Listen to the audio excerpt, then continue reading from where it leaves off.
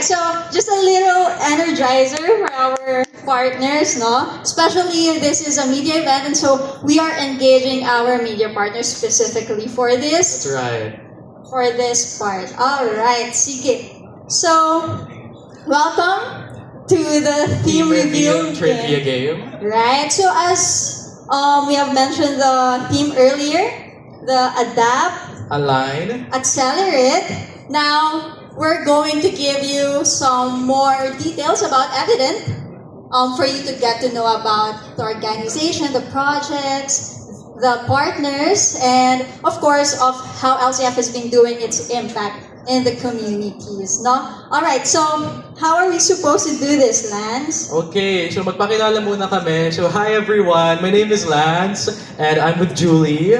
Yes. So, yes, ayun. Hi, good morning, everyone. Good morning, everyone. So, ngayon, may tatlo tayong key themes, di ba, for our team, which is adapt, align, and accelerate. So, next slide, please.